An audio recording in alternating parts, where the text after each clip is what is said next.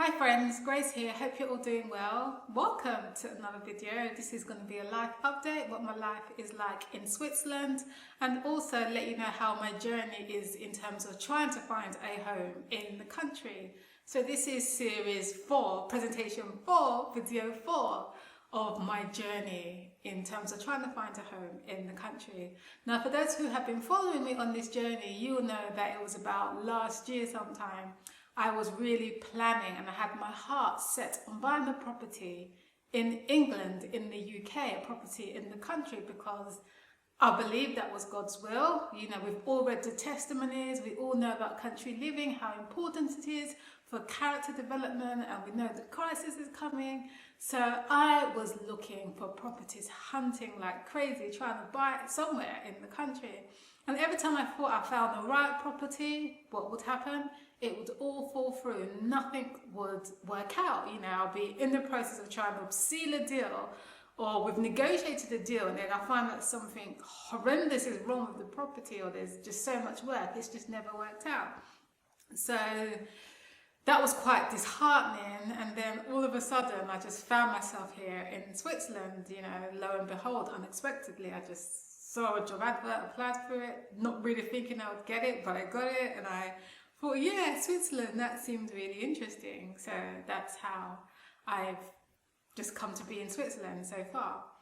And looking back now, I can see that it's the Lord's will, me being here. Now, at the time when everything wasn't working out in terms of trying to buy somewhere in England, I was quite disheartened. But you know, God knows the best for everyone individually. And now I can say it wasn't God's will that I buy somewhere at that time. And also just how things were going when I was in England, because I was just forcing it. I was just trying so hard.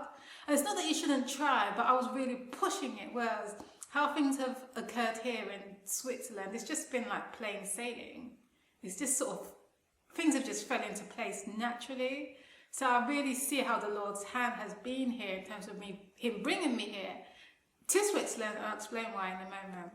But anyway, just to continue from the last video I did, which was about 4 months, and that's when I just arrived in Switzerland. I was just sort of living in Germany, just on the border, but now I have moved into Switzerland fully.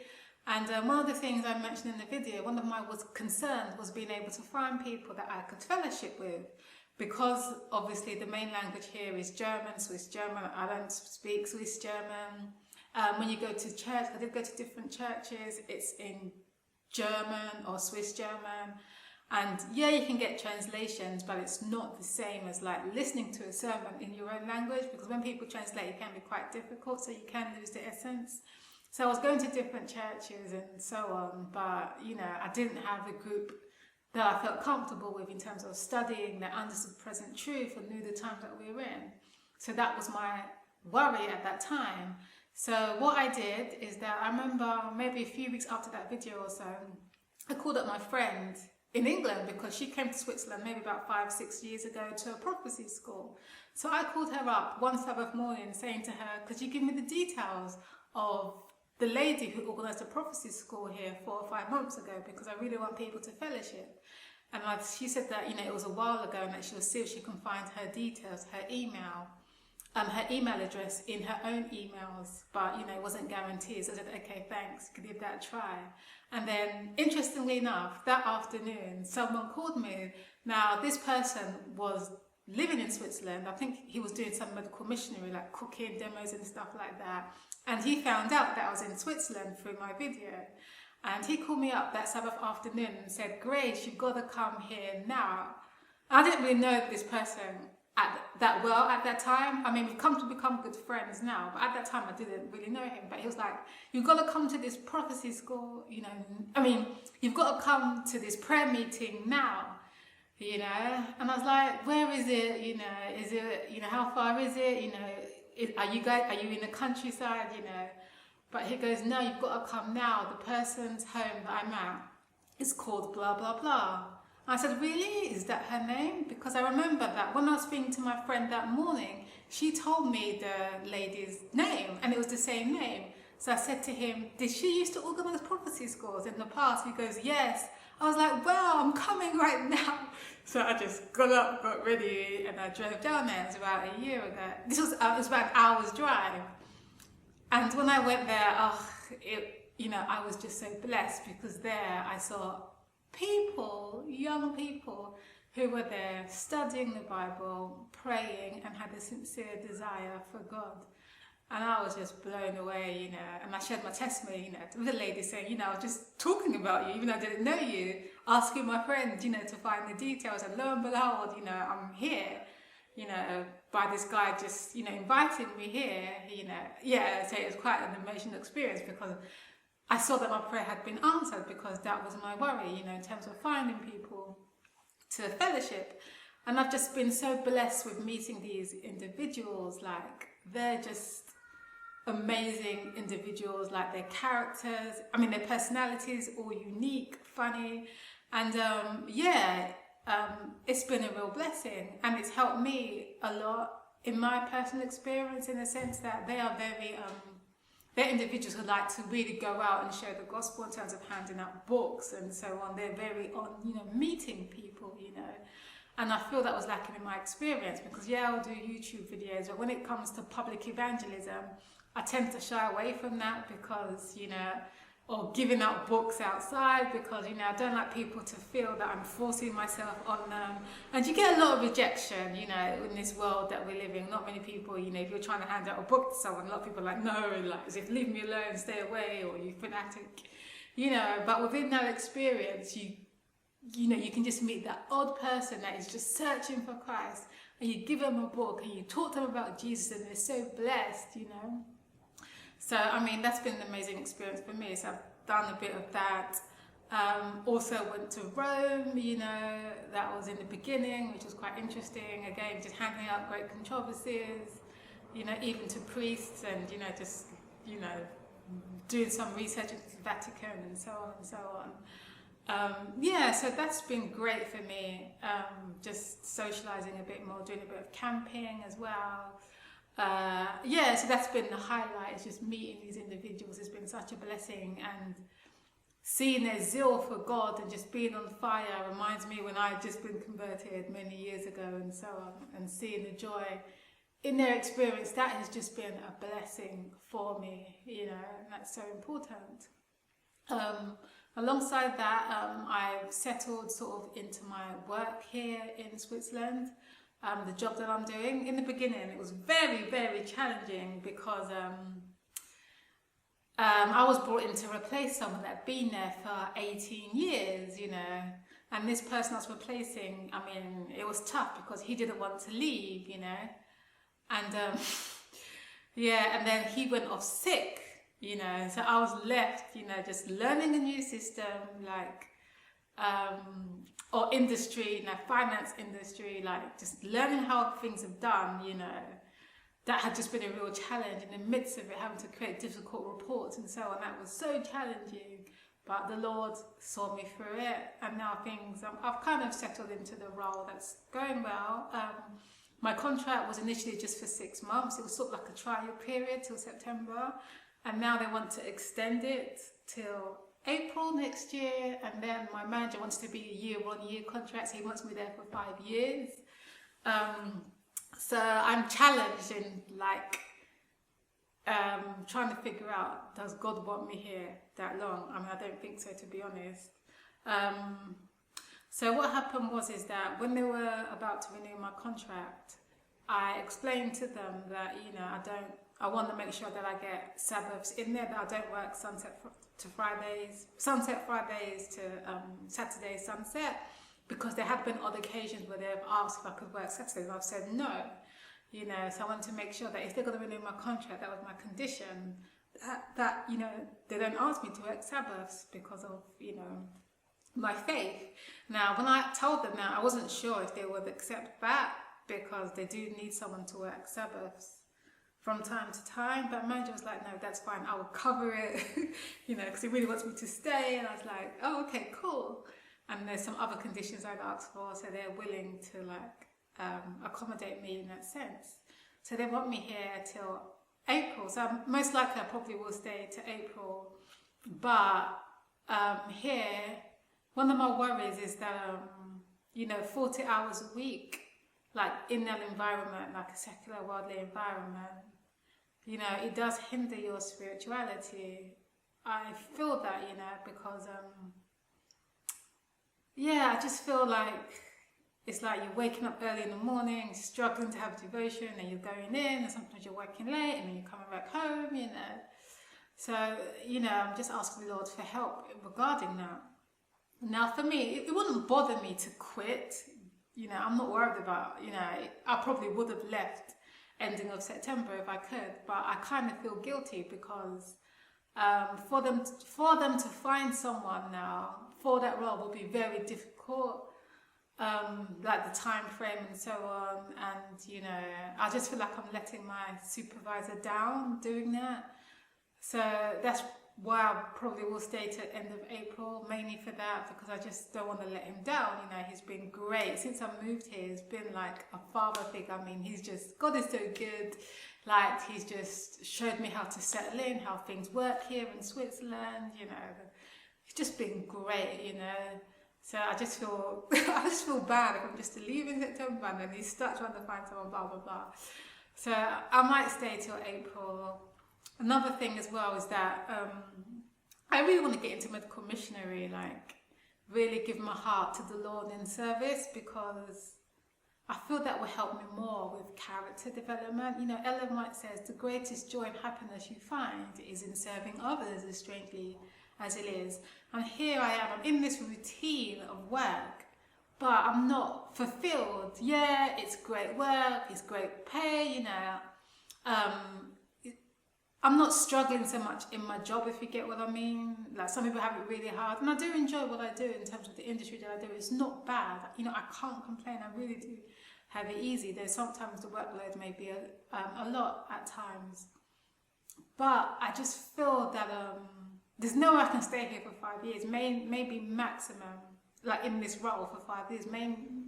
Mainly, most likely, maybe till April, and then I'll see where the Lord leads now. Because, I just feel like it's a way of Satan trying to, get you slowly, where you just sort of just get into this routine and you forget the times that you're in, and so on and so on. So that is my fear of like losing the Lord, So I know I mentioned that I believe the Lord brought me here, and I really do believe that he did, just in terms of how things have worked. And put me into contact with certain individuals, but I don't think it's to be long term in terms of work. But my struggle is that I'm asking the Lord that if you want me to leave, make it easy, in the sense that it's not that I'm letting people down, like my supervisor, or they feel that I just used them to come here just for like 6 months, because they did mention they wanted someone long term. So I'm asking the Lord that, if he can find someone or he can work that out. Initially I thought if I tell them I can't work Sabbaths, then they will just, say that, I need to find someone else. But they're like, no, they're being accommodating.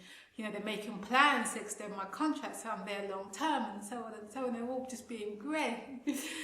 So, that's my struggle. Alongside that,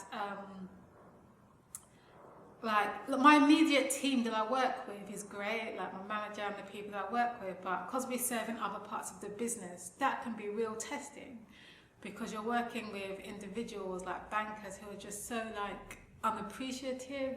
They can be rude, or they can talk to you in a certain way, so trying to maintain a Christian character, because I do have a mouth sometimes, can be quite difficult for me. So the Lord, I feel like I'm failing that test, so I'm asking the Lord to help me to be patient, to be loving, even to those who are just rude, And it's been challenging for me because, as I mentioned, like in the beginning, I'm replacing this guy that's been there for 18 years. A lot of the people that I work with, they're much older than me, they've had these years of experience. So here I come in, replacing this guy, and I felt that I've had to show them that I know what I'm talking about, because they see you're young, you're a woman, this is a male-dominated industry, IT. So I'm being black as well, so, it's been challenging because, when I've come, they've given me stuff to do, which has been like out of the norm. So I had to sort of prove myself to show that, yeah, you know, I can do this and blah, blah, blah. But I think that hurdle is over with. I think they now respect me, you know, as one who does know what they're talking about, and that, you know, I can, you know, do this role. So that's out of the way. But it has come with its challenges, basically. So work is good. I mean, I can't complain. A lot of work, but, you know, I just need to be careful that I don't lose sight of the Lord. Another great thing, which I think is going to help me in the Lord really showing me where He wants me to be, is that Mayman Wilson is coming this weekend. It's Monday, so, you know, next week I've got off, and there's going to be like a medical missionary training course. It's intensive, cancer healings for 2 weeks. I can only do 1 week because I have to work the next week. And that's another thing with this role, is that, you know, I can't take long periods of time off work as I used to do before, because I'm on call, I have to cover, and so on and so on.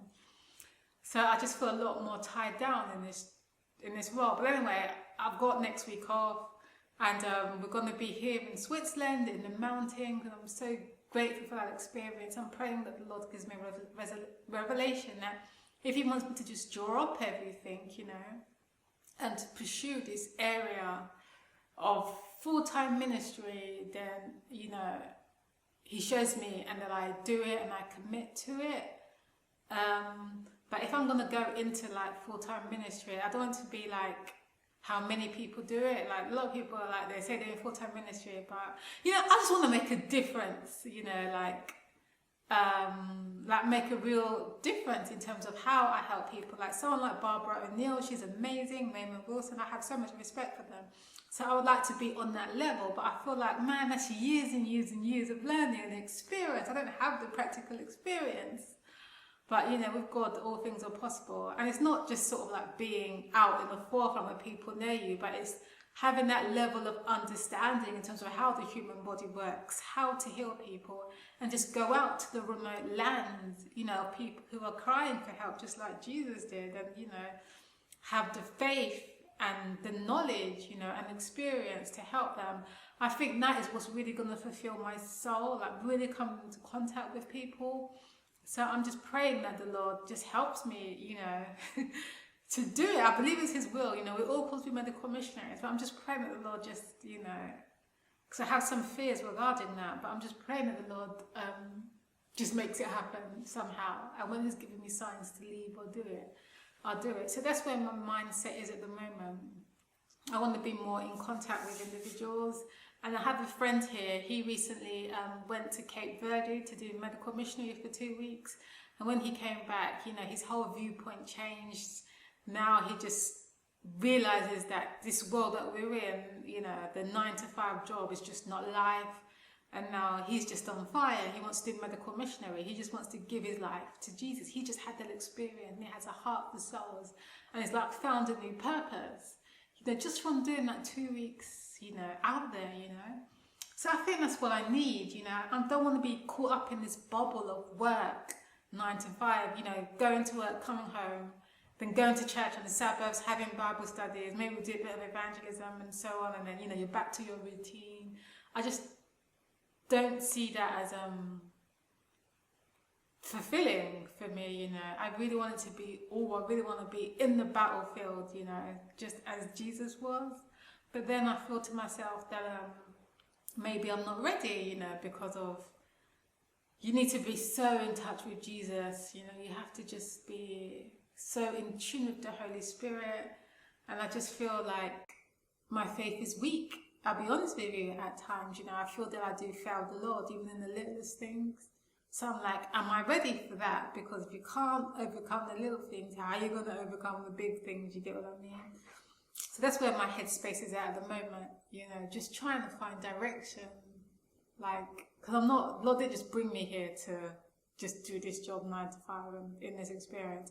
I believe He's just preparing, just how things have worked out. I mean, I don't want to go into it, but just how little things have just worked out has just, the Lord has saw this as a stepping stone for me to lead me into something bigger. But I need to be willing to sacrifice and to cut down all the idols in my heart and just live for Him permanently, you know. And yeah, that's my struggle. When you know you fall short, you know you're not perfect, you know you're so far from God, and you know you're letting him down, and you're not overcoming certain things, you know. So I'm just like, Lord, help me. And yeah, there are times when I've just felt this darkness like overcome me. I'll be real, like just this horrible fear, you know. And if I didn't know the Bible, the Word of God, His promises, I'd probably give up, because they are fiery trials when Satan comes to you. But there's so many quotes in the Spirit of Prophecy where she reassures us and says that, you know, this is part of the Lord's refining work. That when Christ comes to us, He comes to us in thick cloudness. He shows you your sins, just as He did with Daniel and Isaiah. When they see the Lord, they just fall to the ground, you know. So I'm just like, you know, and these men, I believe they were holy men. I'm nothing on their level. Like, I'm just a sinner. Reality of it. And knowing that as well, it's just been really, really depressing. It's made me feel, if I didn't know the Word of God, I probably would give up. But, you know, this is what the war is about. You know, it's fiery trials. You know, you're going to feel, not always going to feel good. It's not about feelings. It's just holding on to the Word of God and trusting He will do the work. And there are many scriptures in the Bible where it goes into that, how the Lord gives us the spirit of mourning, how we will loathe ourselves, you know, and that we will weep for Him. Blessed are they that mourn. But now I'm like, okay, it's enough mourning. You know, you need to be transformed. But can I transform myself? No. Can a leopard change his spots on his skin? No, we can't. All I can do is just go to the Lord and say, Lord, help my unbelief. Help me, you know, die to self. Just help me. And that's just been my prayers. Is like, help me, Lord, to really make a sacrifice. Help me not to be caught up in things of this world or get lost in my work and I forget you. So that's why I'm so looking forward to this experience here next week, where I can just take time off. We're going to be in the mountains. We've seen the schedule, hiking, and just having my mind focused on the Lord. And I'm praying that the Lord just gives me a revelation, you know. And if it be His will, you know, that, you know, He finds a way where my contract does end in September and I don't offend too many people, and then I'll just go into medical missionary. Or if it's that I'll wait till ending of March, then that's fine, you know. So that's where I'm at the moment. At the moment, I just don't know, you know, what tomorrow holds. I'm just trying to take it day by day. And that's all you can do, because I've learned in my experience is just not to plan ahead, but take things day by day. Because 6 or 8 months ago, I thought I'd be, at this time, I'd have a home in the country. You know, that was my goal. But the Lord, you know, blocked that. That wasn't His will for me now. That wasn't His will for me at the time, even though, you know, I thought it was, you know. And now I'm just like, okay, Lord, like, help me to hear your voice and listen, you know, and make the changes. So that's where I'm at the moment. In terms of country living here in Switzerland, so because my contract is short term, and here when it comes to renting properties, usually they want it for a year and you've got to pay 3 months deposit and so on. So when I was moving down to Switzerland about 3 months ago, I wasn't sure, you know, what to do. Like, do I get a year's tenancy? Will they renew my contract in September? Like, you know, I just didn't know. I didn't want to put myself in a year's contract and then, you know, I leave in 6 months and it's like, ooh, you know, what to do with the 6 months? I mean, like, just try and pay the rent, you know. So what I did is that I rented an apartment. No, actually, before that, I was still looking in the country, like here in Switzerland, but it was so hard to find somewhere.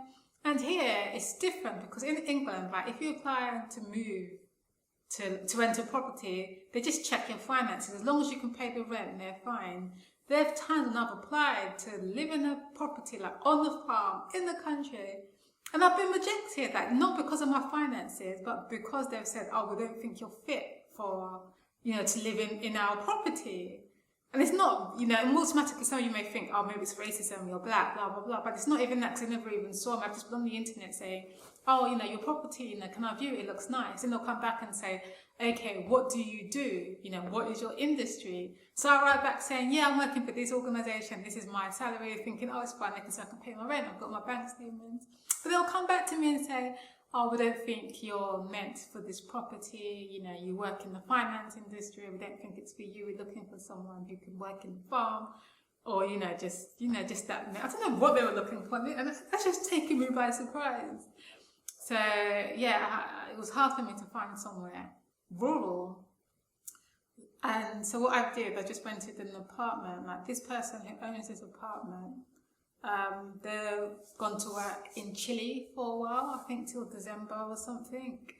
So I found this apartment. I said, yeah, I mean, it's fine. I like it here. I mean, it's not secluded. It's a flat. There are flats around.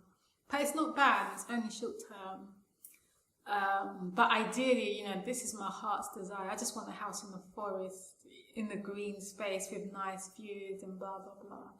That's what I'm aiming for. I'm still on that journey. I trust the Lord will give it to me because He's always been faithful. Or maybe it's just that I live as a traveling missionary and that, He has other plans, to be a pilgrim, just like Jesus did, and just go wherever. I'm just taking it day by day.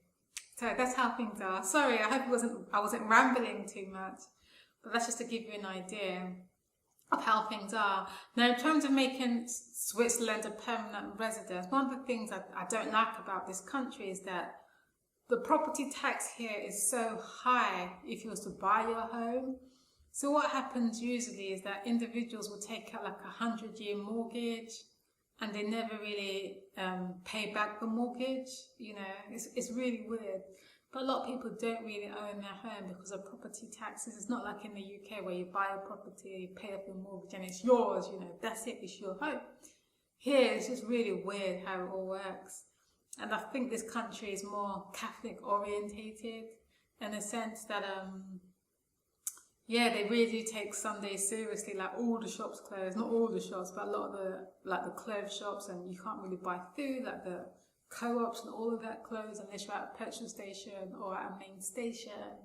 Everything pretty much shuts down, and it's just more, I see them being able to easily enforce the mark of the beast in countries like this.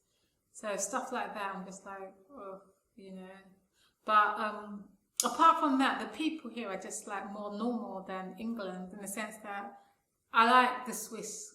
I just like the individuals that I've met. They're just more sensible. I think, I found to be really nice people in Switzerland, and they're very respectful of people's privacy. It's a nice country, beautiful scenery when you go out to the mountains, and amazing stuff to see. But it being a permanent residence, like, I don't know, the Lord will have to show me. But right now I'm enjoying it so far, but it being permanent, I don't know. And then there's the language barrier. Yeah, you can learn German, Swiss German, but and I've been doing bits of that. If I am to stay till April, I probably will do a course in German just to learn it, because I think it's just useful to have. But I like English. I think English is the best language, But so I don't know. We'll see how it goes. Just taking it day by day. But overall, things are, I shouldn't say good. I mean, spiritually. I mean, overall, things are like, there's potential, not all is lost, in my work. So, I'm grateful, I'm glad the Lord is showing me stuff. I just need to, things are good. But that's the end of this video. I think I covered everything. Just keep me in your prayers, and I'll continue to pray for you. Sorry for the lack of videos. I'm sorry. But I'm just still figuring things out here, and just trying to work out my own salvation through fear and trembling.